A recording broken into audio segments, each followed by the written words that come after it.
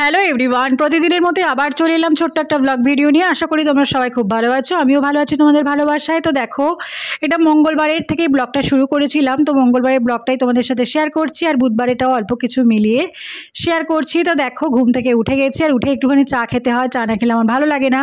তো দেখো, একটু ব্রেকফাস্ট রেডি করে নিয়েছি, আর দুধ চা খেলাম না, কারণ দুধ চা বারবার ভালো লাগে না, তাই জন্য লিকার চা বানিয়ে নিয়েছিলাম। তো এটাই ছিল সকালের ব্রেকফাস্টে, পাউরুটি দিয়ে চা আর বিস্কিট ছিল। তো দেখো, দুপুরে রান্নাটা করে নেব, কারণ দুপুরে রান্নাটা ঝটপট করে না নিলে হয় না।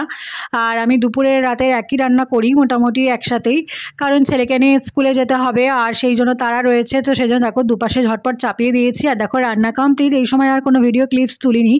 তো দেখো, ভাত করে নিয়েছি, আর একটা ভাজা করে নিয়েছিলাম, আর ডাল বানিয়ে নিয়েছিলাম। আর দেখো, ফুলকপি আলু মাছ করে নিয়েছি। আর ফুলকপিটা জানো তো, আমি প্রেশার কুকারে একটা সিটি দিয়ে জাস্ট বানিয়ে নিয়েছিলাম। মানে ফুলকপিটা তো এখন সেদ্ধ করে ফেলে দিতে হয়, নাহলে শরীর খারাপ হয়, তো সেই জন্য। তো দেখো, প্রতিদিন তোমাদের সামনে যেভাবে থালিটা সাজিয়ে পরিবেশন করি, সেভাবেই পরিবেশন করে দিয়েছি। আর ছেলেকে স্কুল থেকে নিয়েও চলে এসেছি।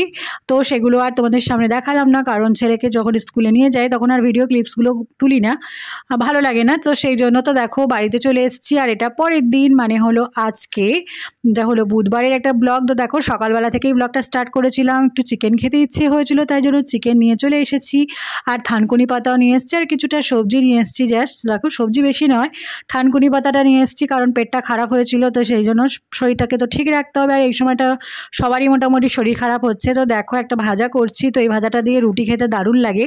তো দেখো, ডিম দিয়ে ভাজাটা করছি, গাজর আলু তারপরে পেঁয়াজ আর লঙ্কা দিয়েছি, আর একটা ডিম দিয়ে দিচ্ছি। তো দেখো, এই ভাজাটা খেতে দারুণ লাগে ভাতের সঙ্গে বা রুটির সাথে। আমি রুটি দিয়েই খাবো বলে ভাজাটা করছি। তো বাড়িতে আছি আজকে তো ছুটি, তো সেই জন্য ভাবলাম চলো এটাই করে নিই। তো দেখো, ব্রেকফাস্ট রেডি হয়ে গেছে।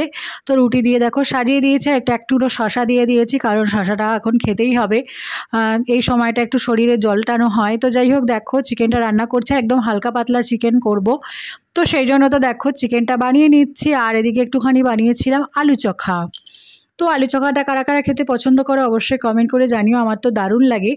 তো আমার খুবই ভালো লাগে, সেই জন্য তোমাদের সাথে একটু শেয়ার করলাম। আলু চোখাটা দিয়েই ভাতটা খাওয়া হয়ে যায়, কিন্তু ইচ্ছা হয়েছিল ওই যে চিকেন খাওয়ার, তাই জন্য চিকেনটা বানিয়ে নিয়েছি। তো দেখো, আলু চোখা আর চিকেনটা দিয়ে প্লেট সাজিয়ে দিয়েছি, কেমন হচ্ছে অবশ্যই কমেন্ট করে জানাবে। তো জানো তো, খাওয়ার পরে তারপরে আজকে মাথায় হেনা করেছিলাম।